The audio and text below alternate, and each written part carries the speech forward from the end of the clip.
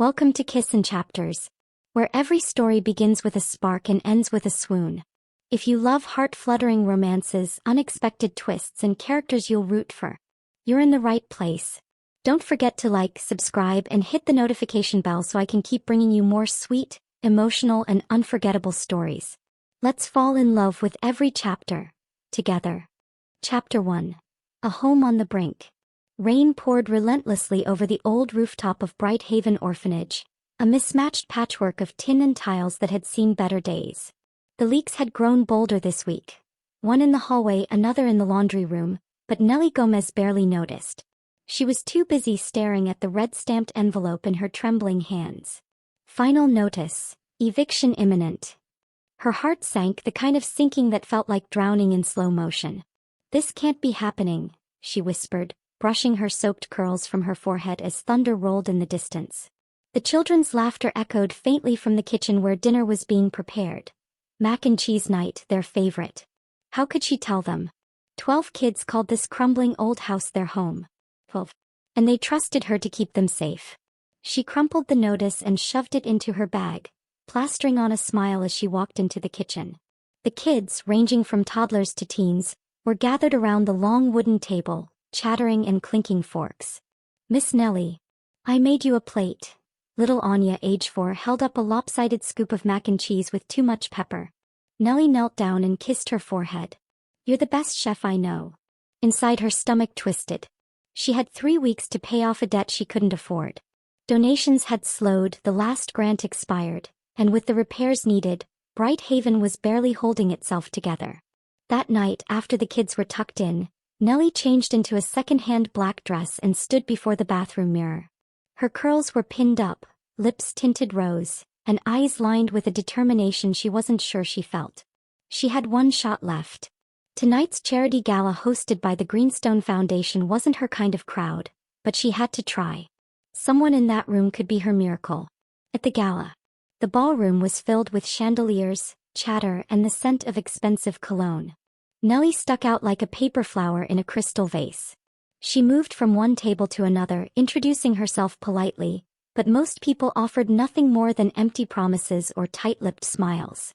It was nearing the end of the night when someone caught her eye, a tall, broad-shouldered man standing alone by the balcony, a scotch in hand. His suit was perfect, his posture rigid. He looked like a man who wasn't here to enjoy himself. Owen Green, founder of Greenstone Architects. Widower. Rumor had it he was cold, difficult, and brilliant. And very rich. Nelly swallowed hard. Desperation beat down her pride. She approached slowly. "Excuse me, Mr. Green?" His piercing blue eyes turned to her, unreadable. "Yes. I'm Nelly Gomez, director of Bright Haven Orphanage. I know this is unusual, but I was hoping you might." "I don't do donations," he cut in flatly, sipping his drink. She blinked. "I wasn't asking for one." That made him pause. "I'm asking for a meeting. Just one. 5 minutes. You have kids, don't you?" she added softly, unsure where that courage came from. His jaw tightened. "2. Then maybe you'll understand why I'm fighting so hard to keep 12 others from losing their home."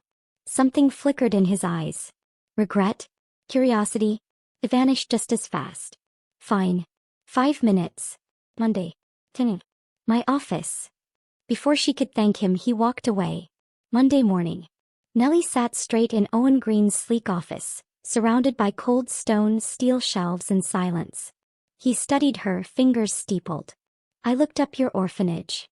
And it's in terrible financial shape." She nodded. "Yes. That's why I'm here. I'm trying everything I can." He leaned back, his expression unreadable. "I don't normally do charity, but I find myself in an unusual situation." Nelly tilted her head. "What kind?" He hesitated, then said, "My wife died 2 years ago. My children are living with me full-time now. The court is reviewing my custody after some complaints from her parents. They want proof I can give them a traditional family structure." She raised a brow. "Meaning?" "Meaning," he said, looking directly into her eyes. "I need a wife." The silence was thunderous. Nelly blinked. "Excuse me. I'm offering a proposal. A fake marriage. You live with me and the kids for 1 year. Play the role of my wife. In return, I'll pay off your orphanage debts and fund it for the next 2 years. She laughed once, then realized he was serious. You want me to pretend to be your wife? For a year? Just like that? He didn't blink. You said you were willing to do anything. Nelly stood up.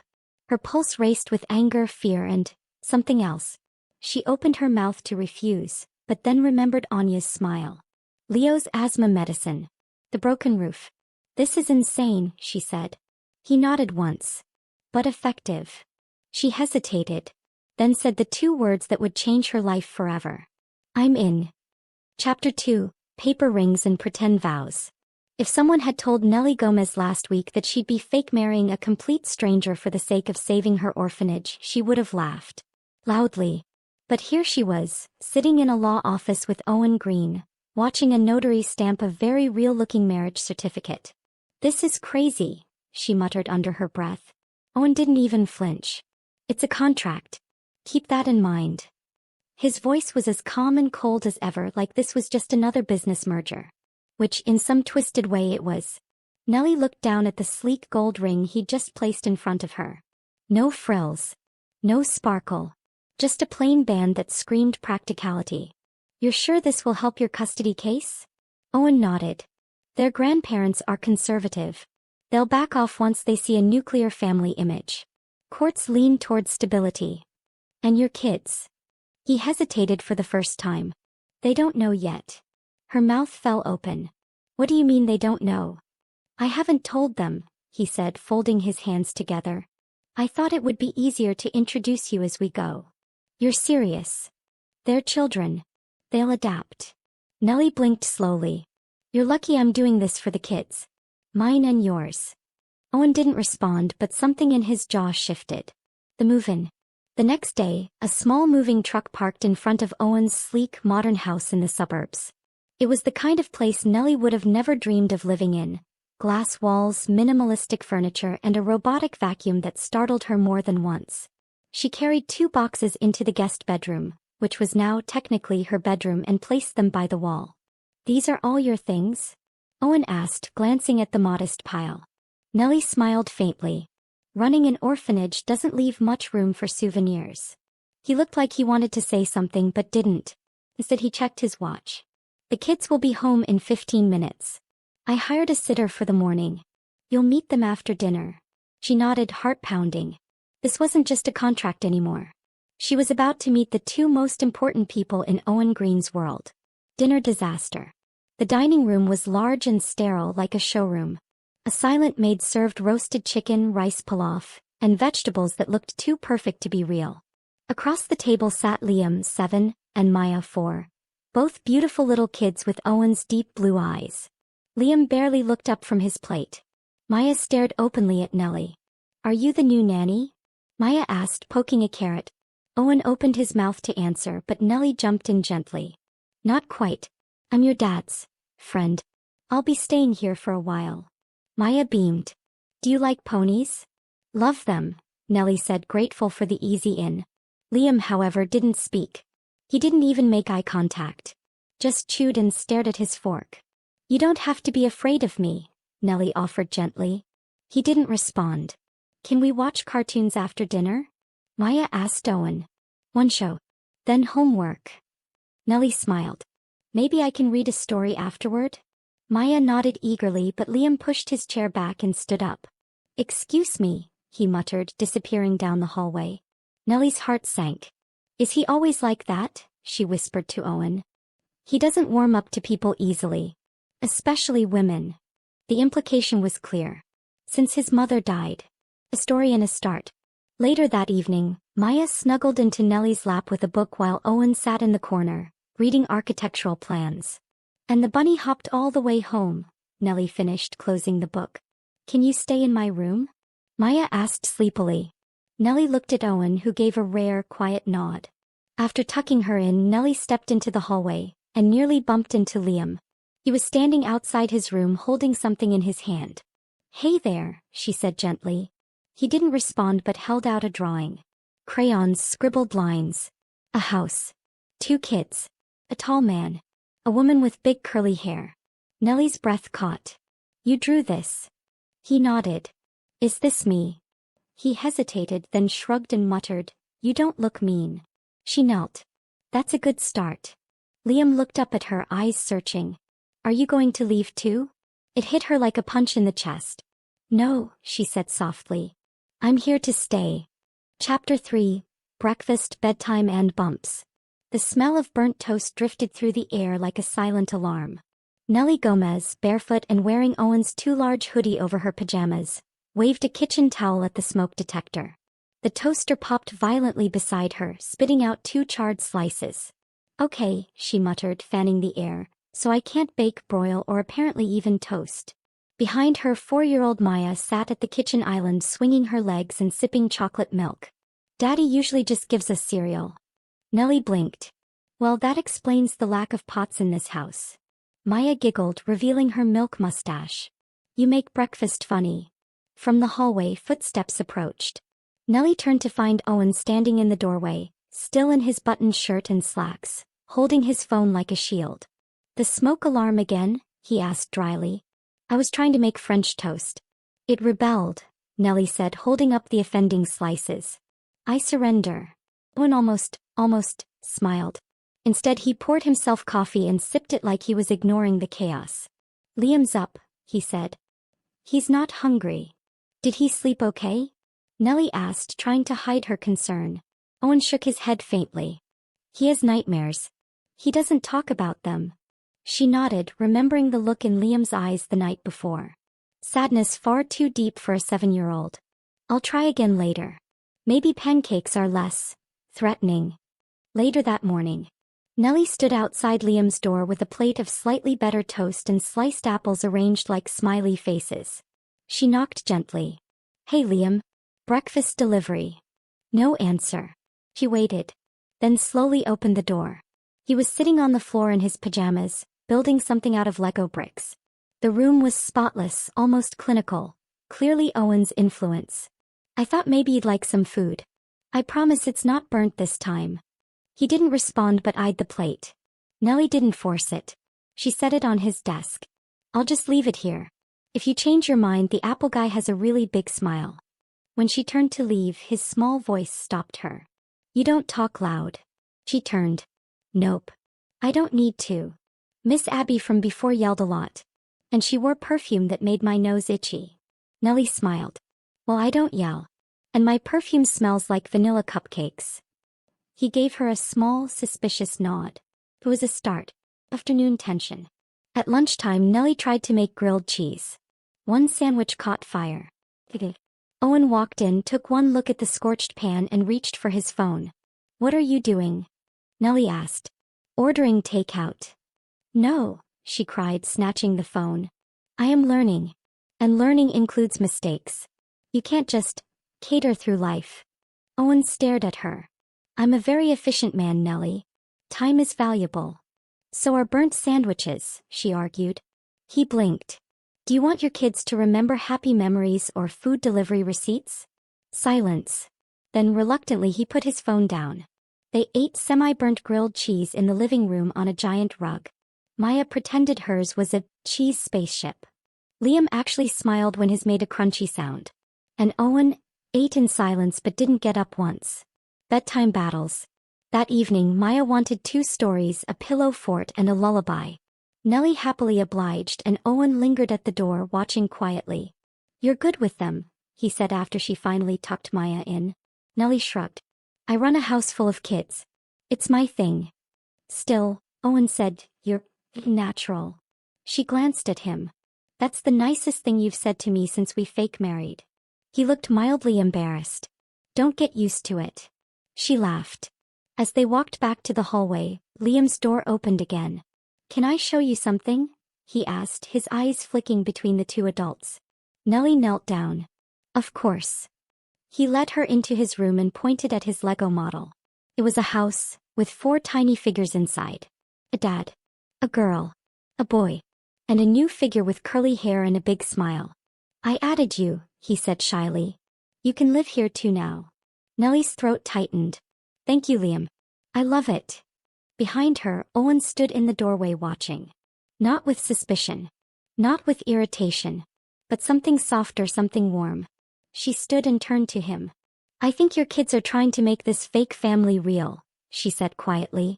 Owen didn't reply. But this time he didn't walk away either. Chapter 4. Whispers and Walls. The next few days passed like a strange kind of dream. One part sitcom, one part quiet war zone. Between school runs, Maya's obsession with dressing Nelly in glitter headbands, and Liam's new habit of quietly sitting beside her during reading time, things were settling into a rhythm. A rhythm that felt suspiciously like family. Which was exactly the problem. We need to look the part. You're not serious, Nelly said, staring at the flyer Owen dropped on the kitchen island. School family day, Owen replied, his expression blank.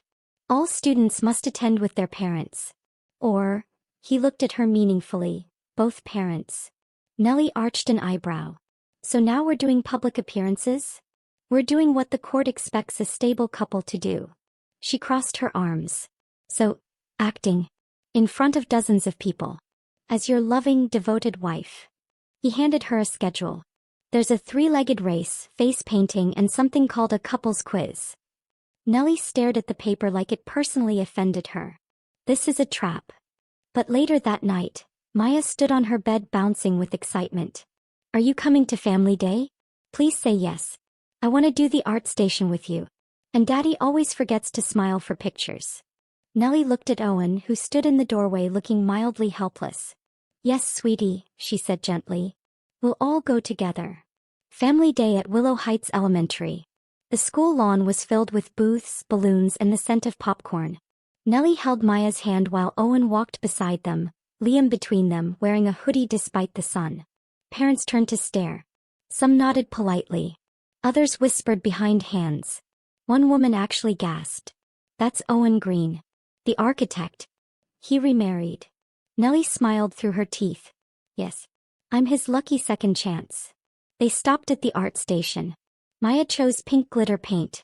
Liam, after some coaxing, painted a perfect miniature dragon on his arm. Nelly leaned toward Owen. Are you sure no one here knows this is all fake? He kept his eyes on the kids. The goal is to convince them otherwise. When the couple's quiz began, Nelly and Owen sat awkwardly on folding chairs while a cheery PTA mom read the questions.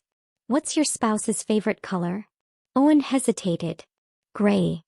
Nelly grimaced. Really? What's hers? The moderator asked him. He looked at Nelly. Then surprisingly smiled slightly. Sunset orange. She blinked. That's actually right. He shrugged. It's the color you wear when you're in a good mood.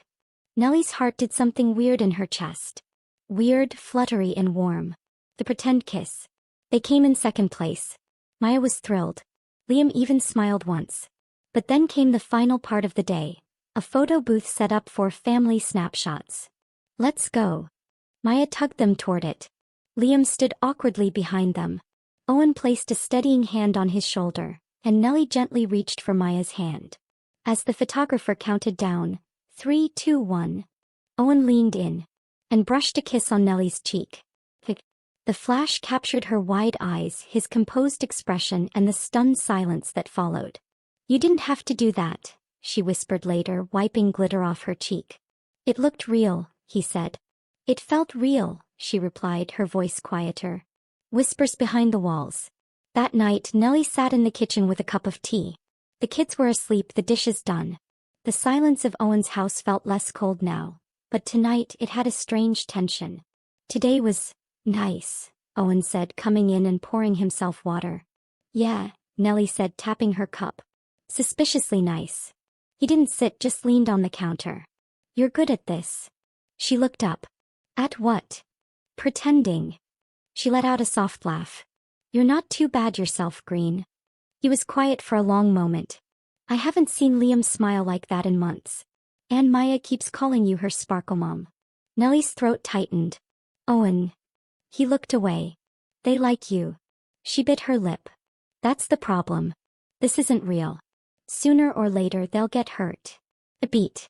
Does it feel real to you? He asked suddenly. Nelly didn't answer right away. I don't know, she admitted. Sometimes. I forget it's fake. Owen nodded slowly. Me too. Silence again. Thicker this time. Warmer. More dangerous. Then he turned away. Good night, Nelly. She watched him leave, her heart unsettled.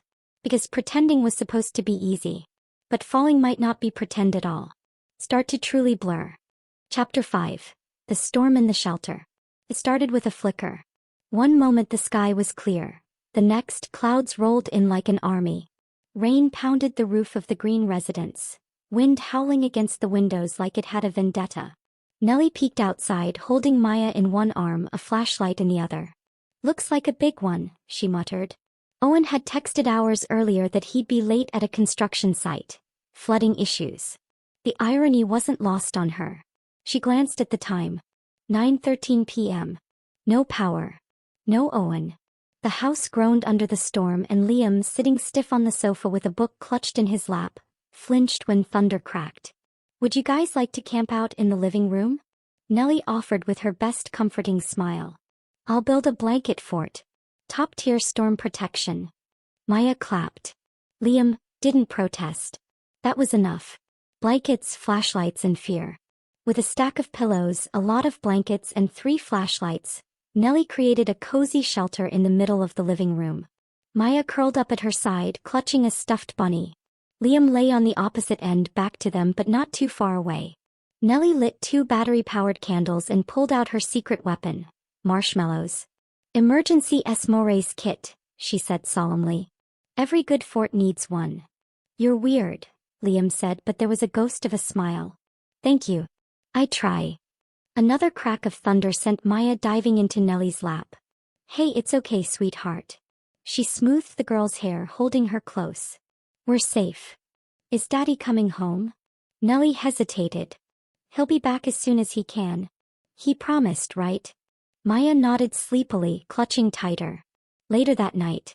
By the time the wind died down, Maya had fallen asleep in Nelly's arms, and Liam had moved closer to her side, just close enough that his hand brushed her knee.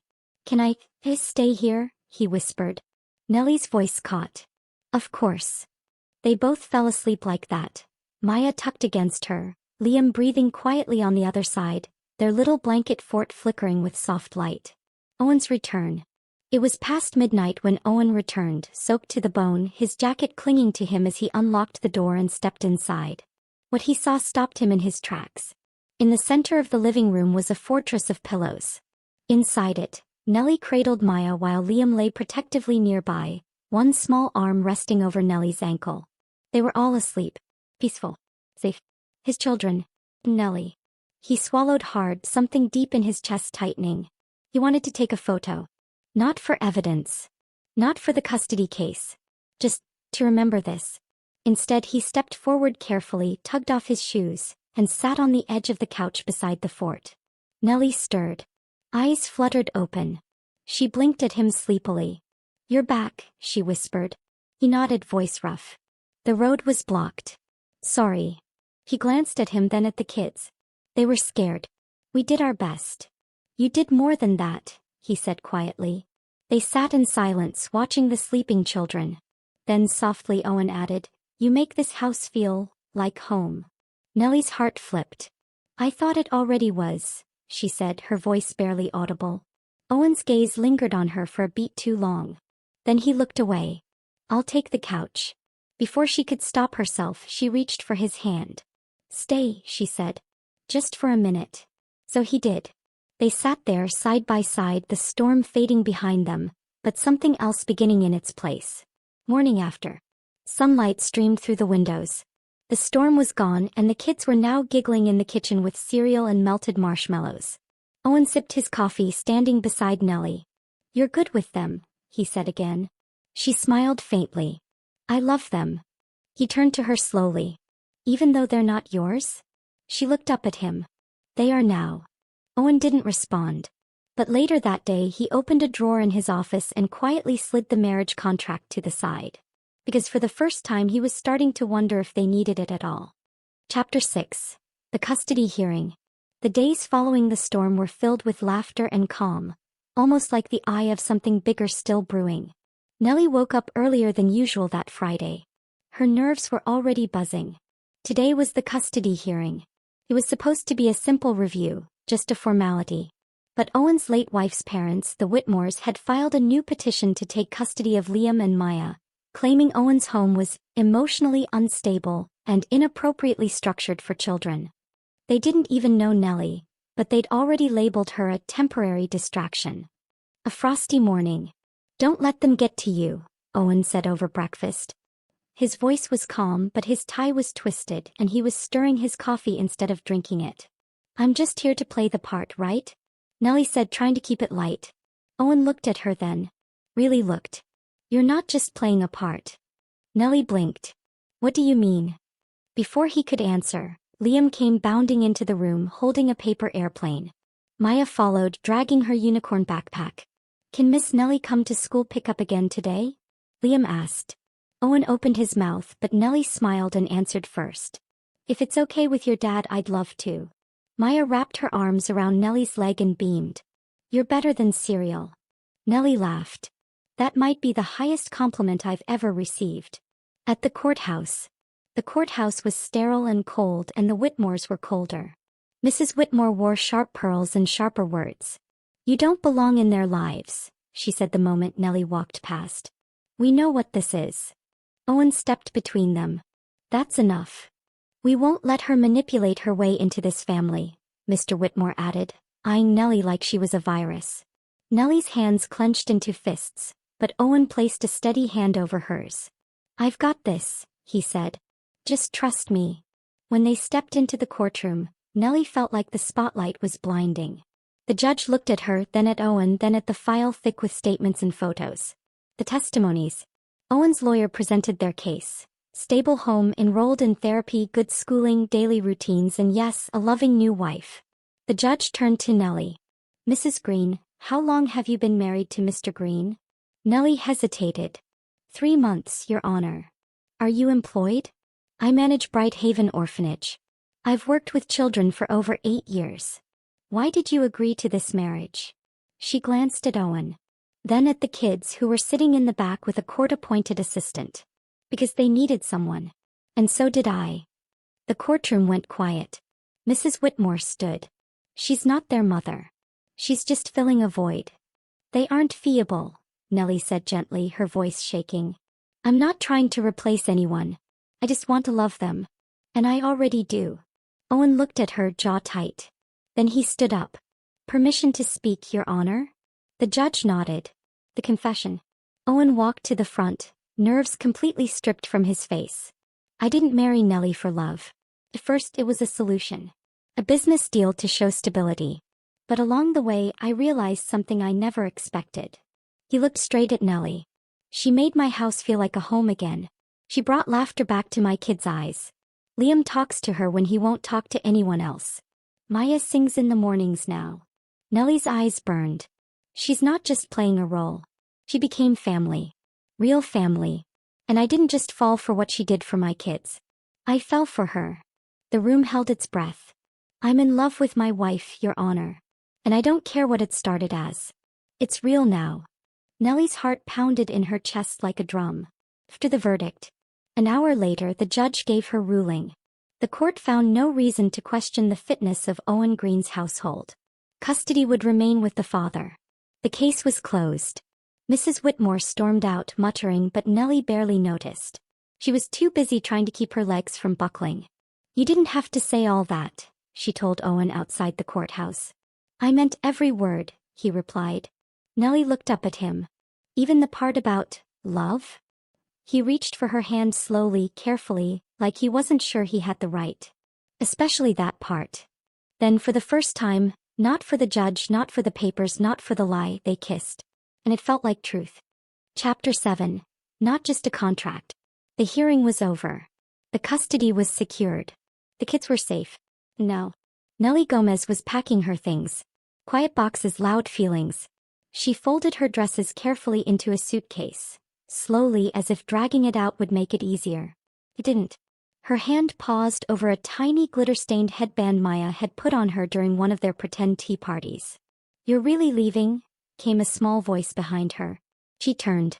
Liam stood at the doorway, hugging his dragon plushie tight. "I thought you were our mom now." Nelly's throat closed. "Oh, sweetheart. I heard Grandma say you weren't real. I am real, she whispered, kneeling in front of him. But this marriage, this arrangement, it was always supposed to end. He looked at her with eyes far too old for 7. Then why does it feel like everything's breaking again? She couldn't answer. Instead, she hugged him tight, burying her face in his shoulder, promising herself not to cry, but breaking that promise within seconds. The letter. On the kitchen counter, Nelly left a sealed envelope. To Owen it read. Inside, a note written in trembling ink. I never expected to find home here. And yet somehow I did. You didn't just give me a roof, Owen. You gave me a reason to believe in something real again. But this started as a lie, and I can't stay unless it becomes the truth completely. If you ever feel what I feel, really feel it, you'll know where to find me. Nelly. In silence. When Owen returned home that evening, the house felt hollow. No laughter. No scent of burnt toast. No wild storytime voices or Nerf dart battles between the walls. Just a letter. He read it. Twice. Then again. His fingers gripped the edges, knuckles white. He set it down like it burned. He had said he loved her. But had he shown it? Or had he let her believe she was just part of the agreement? The sound of Maya crying in her room cut through his thoughts like glass. Why did Miss Nelly go away? Liam's voice followed quietly. She didn't want to. Owen sank onto the floor in the hallway, guilt and realization crashing into him like a flood. He'd been careful, controlled, rational. But love was messy. And if he didn't make a mess now, he was going to lose her forever. Finding her. The next morning, Owen Green did something wildly out of character. He left work mid-meeting. He drove through the city, past the court building, past Bright Haven Orphanage's familiar iron gate, until he found her in the backyard, surrounded by children and laughter. She was planting flowers in the garden with a few of the orphans, hair tied up, sleeves rolled. She looked free. And his heart clenched at the thought of losing her. Nelly. She turned and froze. Owen. He walked toward her slowly. You asked if I meant what I said. I did. But I didn't do enough to prove it. She stood up, heart hammering. Why are you here? Because I don't want a contract anymore. The children nearby went quiet. I want a marriage, Owen said, a real one. With burnt toast and blanket forts and your terrible singing voice at bedtime. Nelly laughed softly, eyes shining. Are you asking me or telling me? He took her hand. I'm begging you. Silence. Then she stepped into his arms. I was waiting for you to say that. Later that evening. Back at the house, Liam and Maya burst into the living room the moment Nelly stepped inside. Miss Nelly. Maya screamed, tackling her legs. I told you. Liam shouted at no one in particular, beaming. She came back. Owen smiled as Nelly knelt to hug them both. And in that moment he didn't care how it started.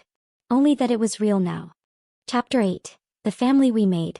The second time Nelly Gomez married Owen Green, there was no contract. No court case. No hidden agenda. No pretending. Just two people, a backyard full of fairy lights, 2 giggling children holding hands between them, and 100 paper flowers made by the kids from Bright Haven Orphanage. The real I do. I, Owen Green, he said, voice steady, take you, Nelly, as my partner in chaos, burnt breakfasts, and forever. The crowd chuckled. Nelly smiled through her tears. And I take you, even when you wear mismatched socks and forget your own house keys twice a week. 3 times, Liam corrected from the front row. Owen shot him a look. Not helping, son. They all laughed.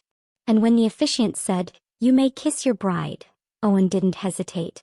This kiss wasn't part of a performance. It wasn't scripted. It was home. The backyard reception. Maya spilled pink punch on her white dress. Liam helped DJ with a playlist that somehow mixed lullabies and action movie soundtracks.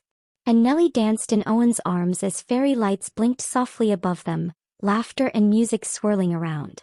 I never imagined this life, she whispered into his shoulder. Me neither, he said. But I can't imagine it without you now. She looked up. Are you sure you're not tired of pretending? He leaned down, kissed the tip of her nose and said, this is the first thing in my life that's never felt like pretend. A new normal. Weeks later, life settled into something beautifully ordinary. Maya insisted on pancakes every Saturday, Nelly's were still slightly uneven and Owen always burned his. Liam now drew comic strips starring Super Nelly saving the day. Owen added an art corner to the kitchen just for them. One afternoon a letter arrived. A very large check. From the Greenstone Foundation. Donation to Bright Haven Orphanage. No strings. Just family. Nelly held it in her hands, stunned. Owen kissed her temple. You've saved enough kids. It's about time someone saved you. Epilogue. The new family photo. On the mantel sat a frame. Inside, a photo of 4 people. Nelly in the middle laughing. Owen behind her, arms around her waist. Maya clinging to her dress, cheeks glittery. Liam standing tall, one hand in Nelly's, the other holding his newest Lego hero. The caption underneath said only, "The family we made." And not one part of it was fake. Not anymore.